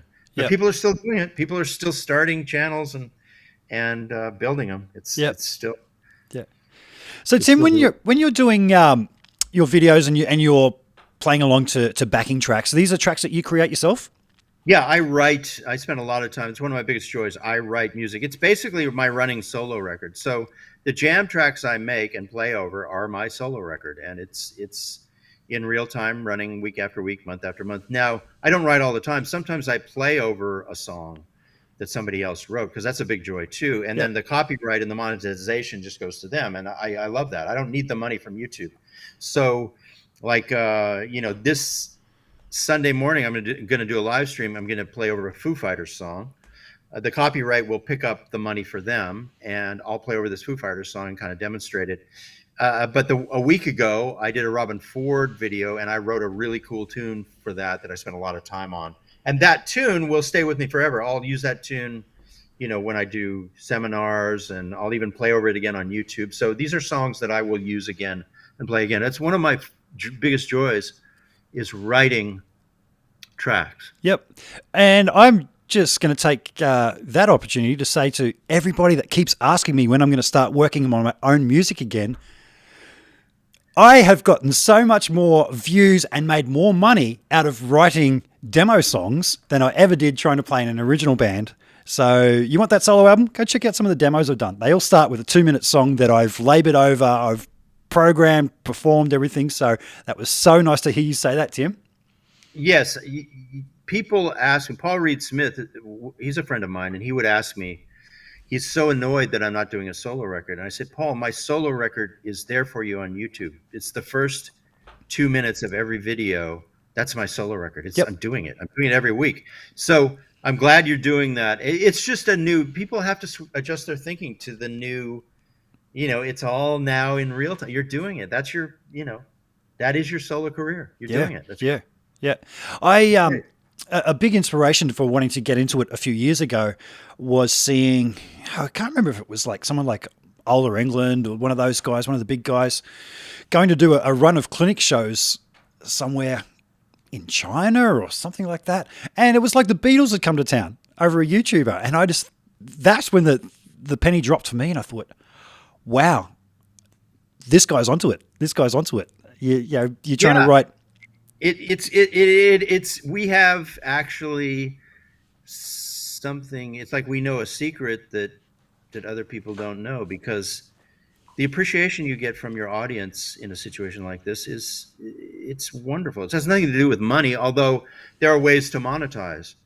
In my case, it's teaching. There are other ways too. If you're doing a product demo, you can monetize that in different ways. You can get fees or whatever. But when I go to NAMM and people come up to me and they thank me very, very sincerely for helping them, learn something or brightening their day. Yep. It's amazing. And to think that it's like we did this end around the entertainment industry. It's like we bypassed the entertainment business and went straight to the audience. Yep. Straight to the audience. Yep. It's amazing. Absolutely. Amazing. Yeah. I'm just asking about the tracks that you play over for your videos. Do you program drums? Here's the way it works. My film editor is a drummer and an amazing. I think he's the best drum programmer in the world. So when I ask him, I might hear a song. Like the other day, I said, I want this to be a cross between Stuart Copeland and Vinnie Colaiuta. So it's the Police, and then Vinnie's an amazing drummer that a lot of us know. And he just did it, and then I used it, and that was the track underneath my Robin Ford song that I wrote for my Robin Ford video that I did a couple of weeks ago. So I do have a great programmer on salary. So my film editor, who's editing all my films, he will make me amazing drum programs anytime I ask. But that being said, I actually use real drums. I hired my friend Victor Indrizzo, who's out with Alanis Morissette right now, and I'll pay him to play drums. I had an actual track that Vinnie Colaiuta made that was on a hard drive because we did a session together that he gave me as a gift. So it's a combination of real drummers, my programmer, and then there's a place called Yurt Rock where you can get amazing drums these days from real drummers. And there are packages you can buy from guys like Aaron Sterling and there. So I would say buy packages from real drummers and they'll get they'll get paid for it, and you'll have real drums. And the thing about a drum track, that's one of those pieces of gear you can use the rest of your life, because a drum track can be repurposed for any style of music, any style of song, any key. Like I'll use a drum track from 5 years ago and write a brand new song to it, and it's amazing. Yep. It's always amazing to put up inspiring drums and play to them. So I would say if you don't have that much fun or not that adept at programming drums, there's so many places you can grab loops. Yurt Rock is an amazing place. You can grab real drum performances and just cut and paste something and play to that. So that's how I do it. Cool. I lean on Easy Drummer. That was a game changer for me. I would spend weeks programming drums. That's what my drums are. That's what my drums are. They're Yep. Easy Drummer. Yep. There's that and Superior Drummer. It's the same thing, right? Yep. Easy Drummer, I think, is what my drum programmer uses, and it's phenomenal. I can't believe it. I would take weeks programming drums for clients, and now I just use that. Actually, it was Ola England. I saw a video of his, because I used to hear his old demos where he would have this most amazing metal drumming, and I'm thinking, man, he must spend weeks programming that. And then I saw a video of his, how I make my drums in 5 minutes. And as soon as I saw that video, I was just like, here's my credit card, give me that. And yeah, it's been an amazing thing. Good for you. Good for you. Yeah, it's I've chosen to hand that off to somebody else, but that's you. I mean, it is Easy Drummer. That's what he uses. So my programmed drums are Easy Drummer. I see a good question here. What's my favorite speaker in my cab? I was just about to ask that. Yes. Oh, great. Good. Okay, good. I got some very, very old Celestians recently, and I really like them. They sound really, really not too bright and great. So they Celestians of any vintage. I've used brand new Celestians my whole career on records. So, but lately I've been kind of obsessed with, early 70s Celestions, late 60s Celestions. They're hard to find. Yeah. You only need one to mic, one speaker. So Yeah. it's Celestions, and these days I'm looking at the old ones.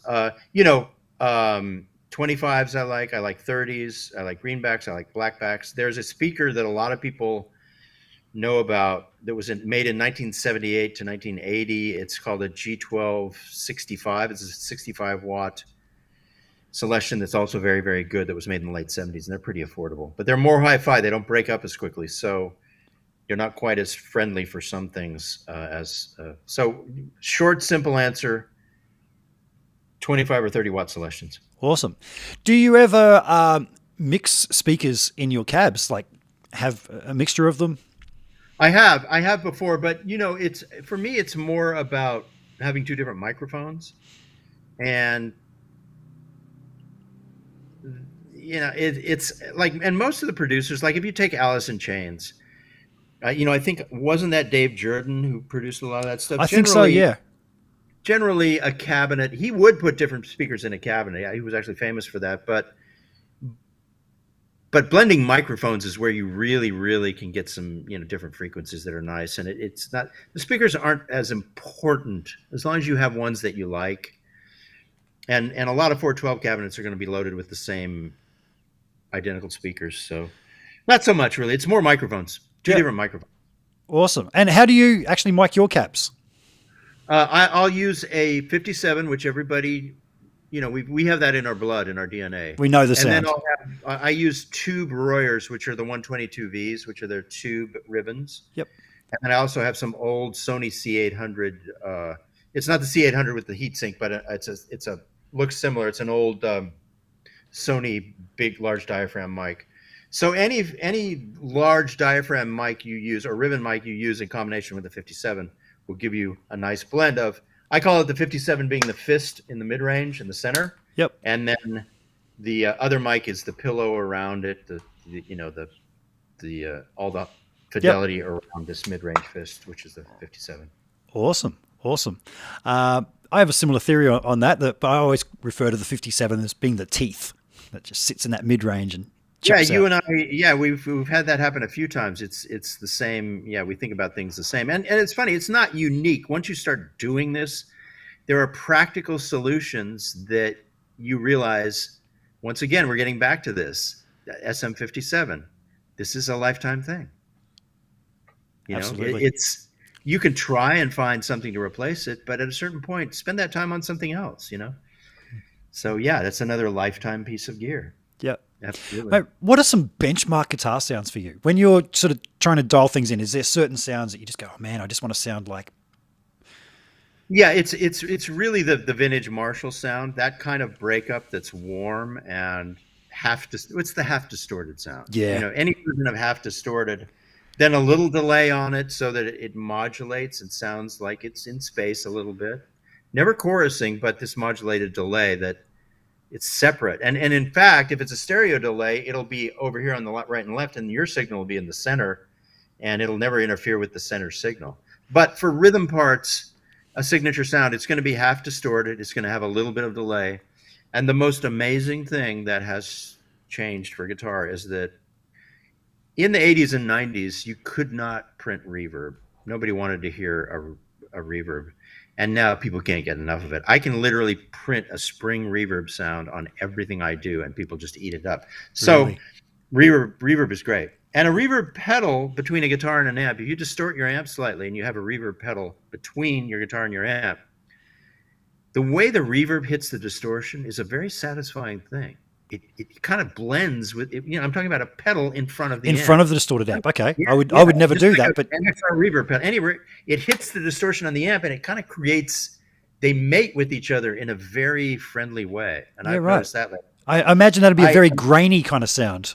Add a grain to it. Well, once again, you can't go too far with it. So that's exactly what we're talking about. You have to get it up to not too distorted, not too much reverb, not, if you always keep yourself below the threshold of too much, that's where all the good sounds are. So yeah, it will work. And then you can go too far and it's like, and then you bring it back. Oh, that's amazing. So yeah. You mentioned the delays there, and I meant to ask you before. Are you running stereo delays, the whole left-right thing For solos. for solos? Yes, I Yep, love yep, stereo delay for solos, and I love stereo delay in Pro Tools for solos because it's negotiable, like I said. So this is a great question. Mono for rhythm parts, because rhythm parts I like to be left and right, and they take too much space if they're stereo. Now there might be that one featured part that shows up that sounds great in stereo with stereo delay, but by and large, the rule is mono for rhythm parts. The only time I use stereo delays is for solos and lead lines. cool, cool. Now there's another question that's popped up there from Great. Miranda. Tim, if I may ask, what are your favorite PRS pickups? Here's uh, one of my deficiencies as a musician. I kind of don't care enough to remember what is in some, like, I don't care enough to know what tubes are in amps, and I don't care enough to know what pickups are in a guitar.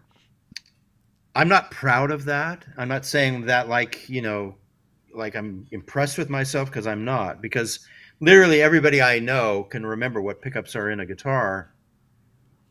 But I will say this, the Paul Reed Smith pickups that they send me in guitars these days are, I kind of let Paul choose them, Yep. and they're phenomenal.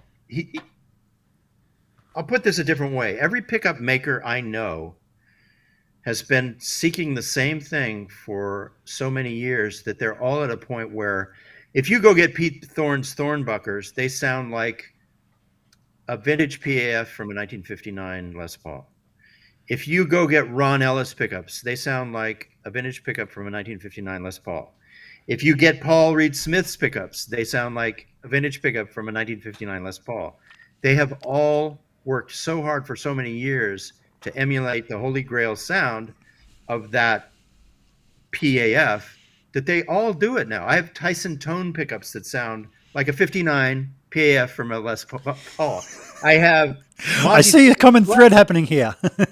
so yeah, and what that sound is, it doesn't sound like a humbucker. It sounds like a Gretsch. It's bell-like and open sounding and not too distorted and not too loud. And everybody has arrived there. I mean, I'm astounded because it wasn't that way 5 years ago. It certainly wasn't that way 10 years ago. But the vintage aesthetic has been brought forward by all of these guys that we know and love, to the point where I don't think you can, I don't hear any bad pickups anymore. Yeah, yeah.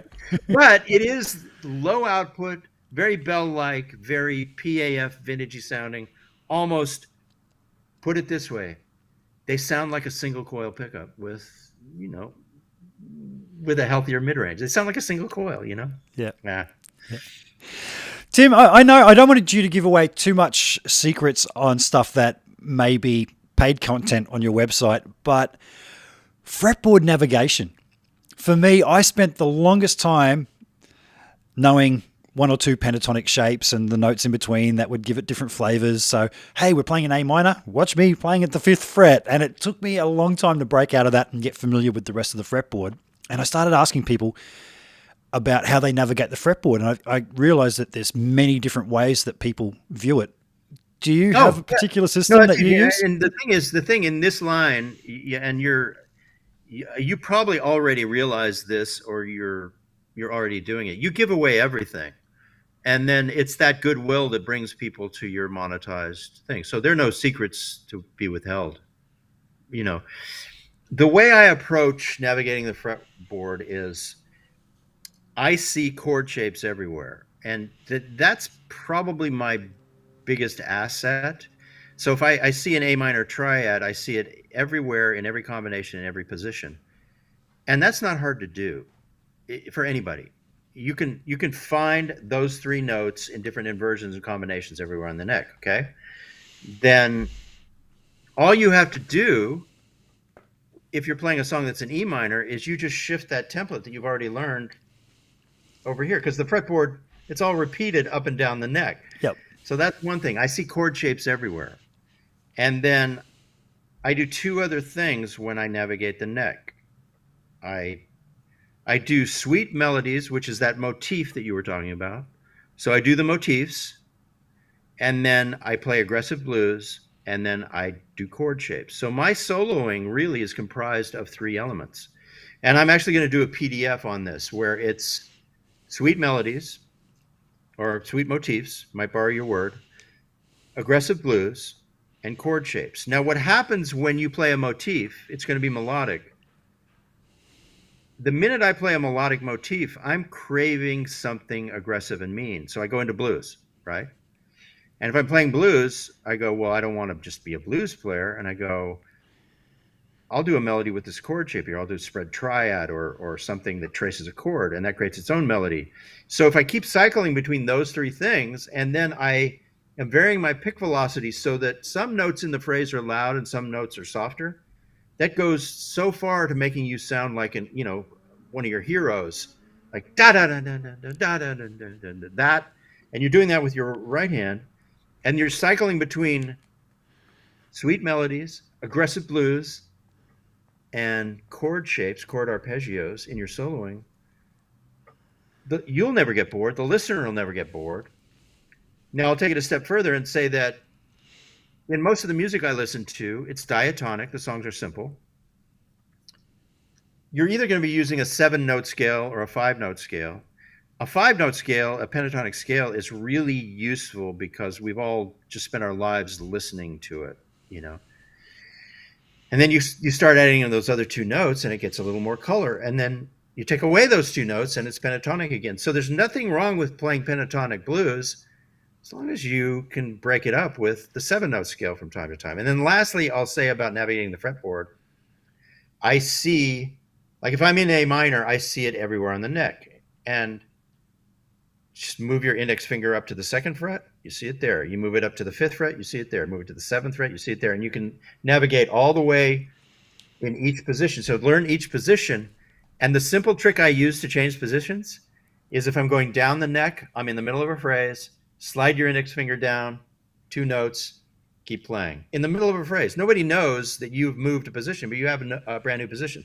Slide up with your 3rd finger, your little finger, slide down with your index finger, in the middle of phrases. Yep. And you're everywhere all the time, changing. And if the listener closed their eyes, they would never know you were moving your hand, but you're everywhere on the neck. And every new place you go on the neck is like hopping off of a bus and going into a new neighborhood. You have all these possibilities just with the timbre and the way you have to shape your fingers to get around and negotiate, the scale in that position.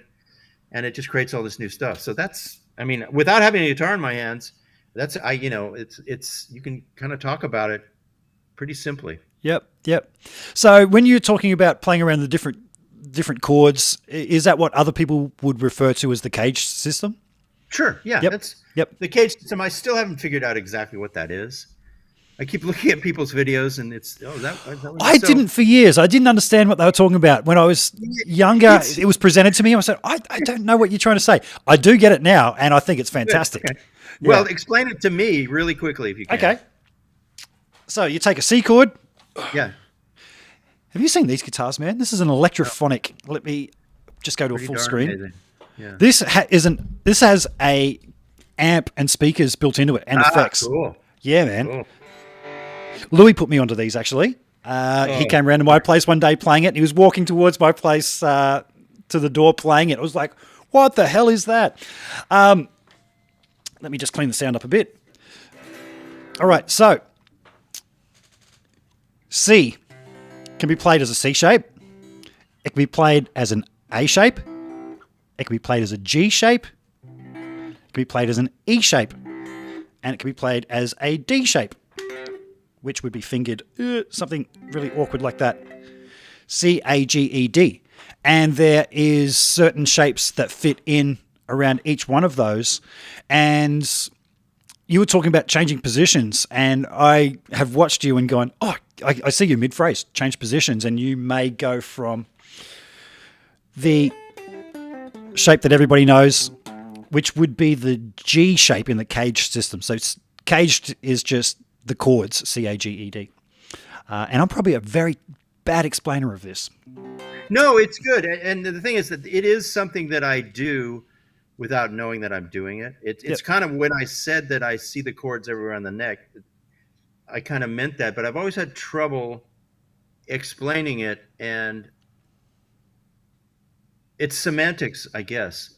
And it is the cage system. So that to answer your question, yes, it is the cage system. I'm a big proponent of that. You know who does a really good kind of explanation, and he's a virtuoso guitar player, is Guthrie Trapp. If you look at his YouTube channel, he'll talk about the cage system, and he blazes. I will look But him thank up. you for that, because that actually was very clear. That was very clear. Okay. And then to take that one step further, I realize there's a lot of guys who are 3-note per string players, and they know the whole fretboard is 3-note per strings. So I've learnt to recognize if I was using...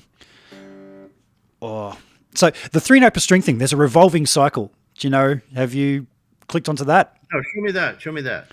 Okay, so I just changed so people can see what I'm doing. And I'm going to call each finger 1, 2, 3, 4, and they're all assigned. So the revolving cycle goes 1, 2, 4, 1, 2, 4, 1, 3, 4, 1, 3, 4. Then you go up a fret because that B string, and you would go whole tone apart. If I had another string, it would be 3 whole tones in a row. And then the whole thing repeats again. Up a fret. 1, 2, 4, 1, 2, 4. And it's the same if you're playing a 7, 8, 9 string. The pattern keeps going the other way. I've picked up 8, 9 string guitars before and been able to play, and people go, how do you know that? Well, the cycle just keeps going. That one's a little bit harder to explain without diagrams. But if I'm doing playing in my C position, a chord, I can see, okay, that's my 1, 2, 4 shape. That I'm going to have 3 whole tones before that. And then I got the 1, 3, 4. If I had another string, it'd be 1, 3, 4 again. Again, this makes a lot of sense if you see it with dots on a fretboard diagram. But it totally makes sense. Totally Yep. makes sense. Yeah. And I then think that's something a lot of us do instinctively. It's learning to explain it. That's the hard thing, is actually explaining it. You know how to do it. You know what you're doing. It's happening instinctively, but talking about it is another mountain to climb. that's an art. No, Yeah, being able to sense. explain it to people. Yeah, absolutely. So I don't know if you want to maybe ask me one more question. I have an idea for you, though. I've enjoyed this so much. Yeah. My idea is this: can we get together with Louis Mhm. as we originally planned? Yep. And can we do that soon?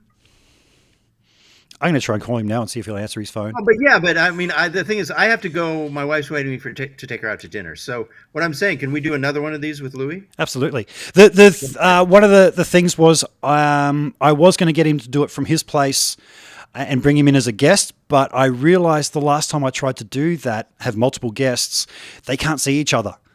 And that makes it awkward. So he was here a week or two ago, and we talked about just setting up a little coffee table, and we can sit there and you can see the both of us. So let's do this. And I'm going to try and get Steve Lukather on board as well. Awesome. But if Steve's pretty busy, I think they're going out. Well, maybe not soon, but either way, I mean, I would do both. But I'd love to do this again. I mean, we're almost at 2 hours, and I could go forever. I mean, you're really, really, really an enjoyable person to talk music with. Oh, thank you. I mean, I would love to ask Louis some questions. I'd love for the three of us to do what we tried. That was the original plan. That's right. Yeah. So please, let this not be the end. Let this only be the beginning. I'm really happy to hear you say that, Tim. So I'm going to call him as soon as we get off here and line that up.